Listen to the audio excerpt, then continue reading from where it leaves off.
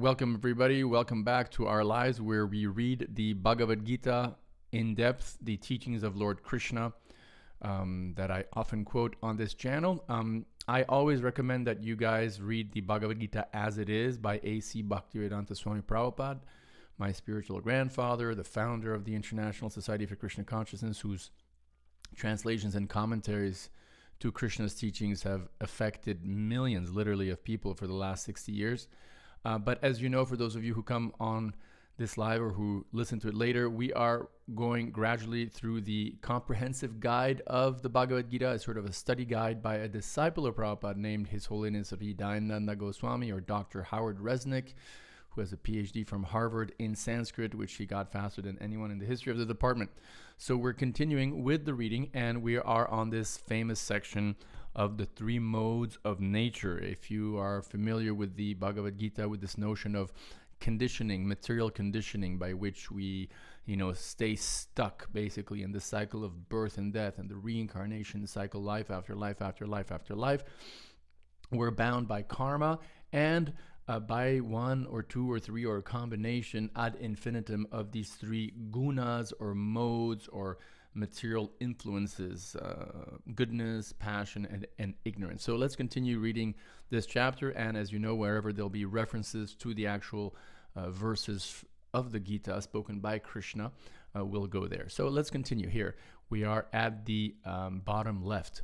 Our troubles begin. Our troubles begin when we meditate on a material sense object, attracted by its qualities. Attachment, or sangha, arises and the mind clings to that object, be it another person, a fancy car, a big house, a prestigious position, let me go down a little bit here, intellectual power, or whatever. If we continue to contemplate that object, our clinging attachment turns into intense longing, kama.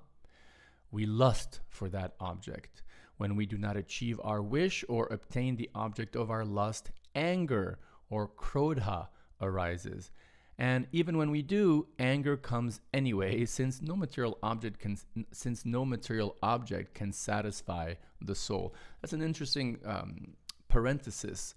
Even if you do get the girl of your dreams or the boy of your dreams, or have an ideal, perfect so-called sex life, to put it bluntly, or romantic life, the very nature of material existence and the statements of Krishna himself in the Bhagavad Gita is that we can never satisfy that. It's just unsatisfiable. And so therefore, Dr. Resnick aptly says here, even when we do, in other words, obtain the object of our lust, anger comes anyway, since no material object can satisfy the soul. In cases of intense desire, anger bewilders us and we forget what is truly important in life. Once we forget, we lose our reason and our real spiritual identity vanishes from our mind. Krishna describes this entire sequence. This is a really interesting and important sequence. So let's go to it at 262. At 262, here's the Sanskrit. Vishaya vinivartante niraharasya dehina raso varjam rasopyasya param drishva nivartate. I forgot the Sanskrit. Anyway, it's too hot to remember. I'm in Vrindavan, by the way, in Vrindavan, India, where it's not an excuse for forgetting verses, but let's read. We've got the verse translated right here in English. That's what counts anyway. When a person contemplates sense objects, attachment for them arises. Okay, pretty clear. Desire springs from attachment, and from desire, anger is born. Okay, we got it clear. Now, from anger comes confusion. From confusion, memory loss. From memory loss, reason's ruin. In other words, we can't think straight anymore. We can't use our intelligence. By reason's ruin, self vanishes. We forget who we really are. We forget we're spiritual beings. And we identify with the flesh, and we start thinking, material pleasures directed to the mind or the body are the goal of life. I remember when I went in 2002 or something like that to San Jose, and I went on an afternoon trip with my nephew, Eric, who was getting his master's in business administration, if I'm not mistaken, at Stanford University. And so we went out for lunch, and we went to see the Star Wars movie that was airing at the time. And I remember I was sitting next to him, and we were watching this movie, and it was nice to see him. We hadn't seen each other in a while. And then all of a sudden, Yoda, the famous Yoda, starts speaking to Luke Skywalker or some Jedi, whatever. And he basically said this exact statement, these exact verses from the Gita. You know, when you get attached to the objects of the senses,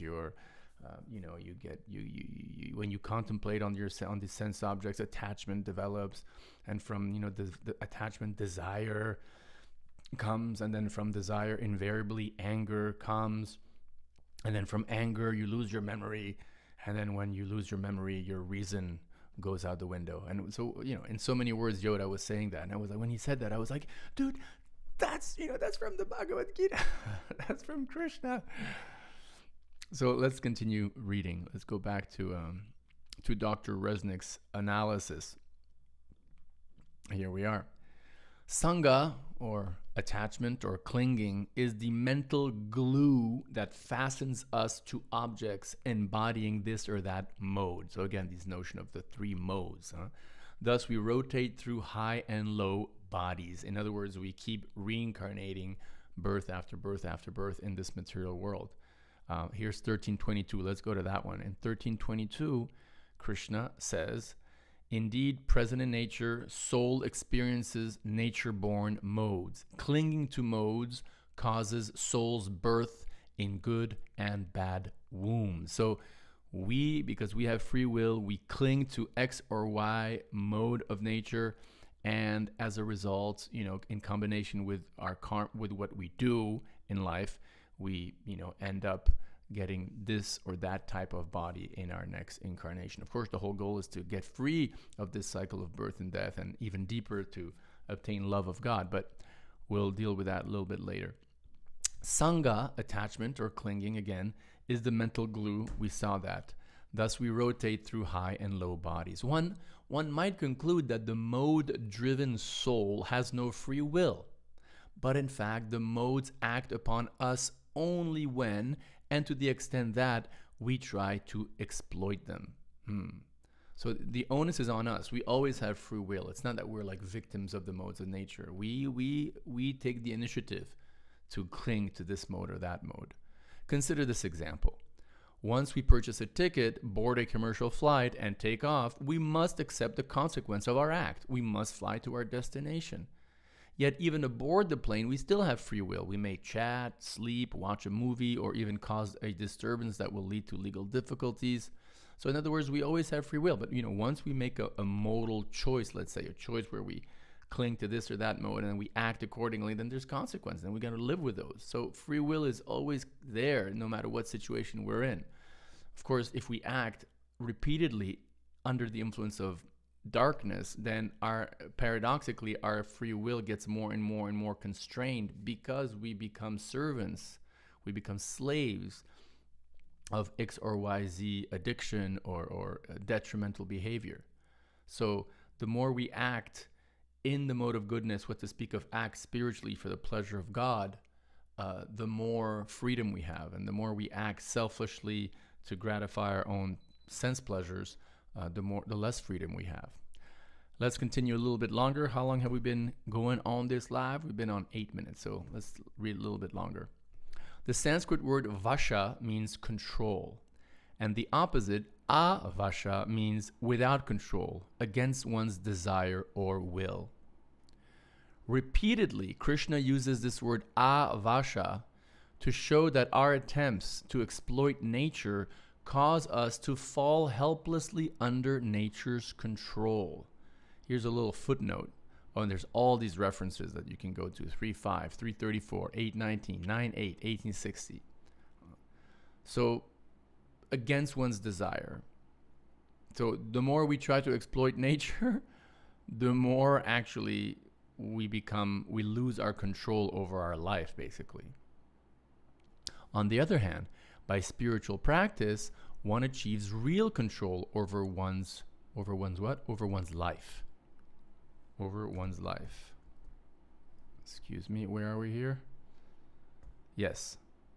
On the other hand, by spiritual practice, one achieves real control over one's life. And here there's probably a bunch of references too in the footnote number 12, yes. Similarly, the law imprisons precisely that person who tries to live above the law. One who obeys just law lives in freedom, right? So the more we act, let's say, in the mode of darkness, the more we get entrapped by these very modes of nature.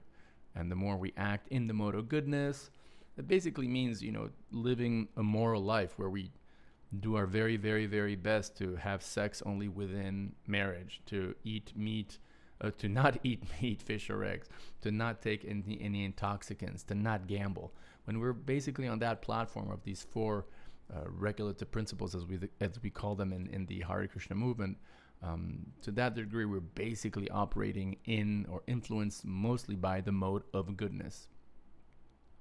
Let's continue, and I think the next chapter goes, you see, to part 4, to karma. We're going to talk about karma next. So right now, let's just finish this. The modes bind us to this world, and in that bound state, we cannot fix our mind on our eternal existence. That's why it's really important to try to follow these 4 rules, because it's true. I mean, I've had experience, and all of my friends who have, dabbled with breaking these rules while being a devotee of Krishna will experience that, when you slip up from this platform of mode of goodness, you can't really think of Krishna that well. Or if you do, you're like frantically holding on to him and praying for forgiveness, or praying to be reinstated into his grace or into Krishna consciousness. But being influenced by the mode of passion and ignorance certainly hampers a clear, peaceful, blissful experience of reality and of transcendence. Again and again, we compulsively try to enjoy the world, regardless of what our pure reason, in the form of muffled, gagged consciousness, tries to tell us about true self-interest.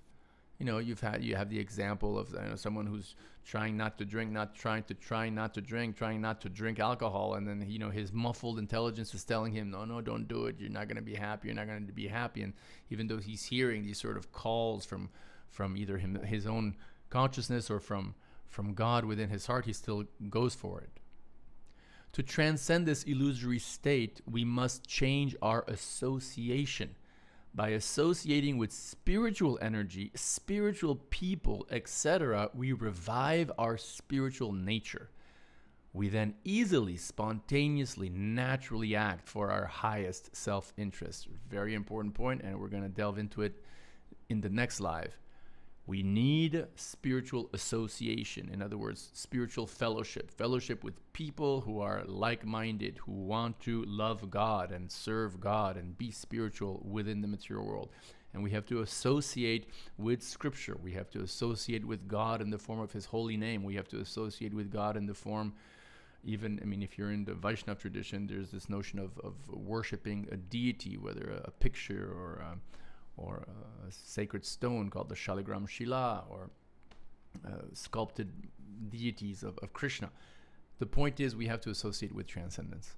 We have to associate with transcendence in order to transcend the 3 modes of nature. And Krishna says that in the Gita himself. In 7:14, if I'm not mistaken, Daivyesha gunamai mama maya duratyaya mameva ye prapadyante mayam etam taramtite. The 3 modes of nature are very difficult to overcome, but those who have surrendered unto me can easily cross beyond them. So let's finish our little chapter here. We do have free will, but we cannot avoid the consequences of our choices. The cosmic system I love this definition of karma. Sometimes, Dr. Resnick says fantastic things many times. And this is one of the greatest things he says. The way he defines karma. The cosmic system that responds to our mode choices and delivers their consequences is called karma. Let me read that again. This is so cool. The cosmic system that responds to our mode choices and delivers their consequences is called karma. How cool is that? All right, well, thanks for being here, guys. 2 of you are live. I much appreciate it. And I hope we can continue hanging out together under the shade of Krishna's mercy. Talk to you next time. Thanks for tuning in. Hare Krishna.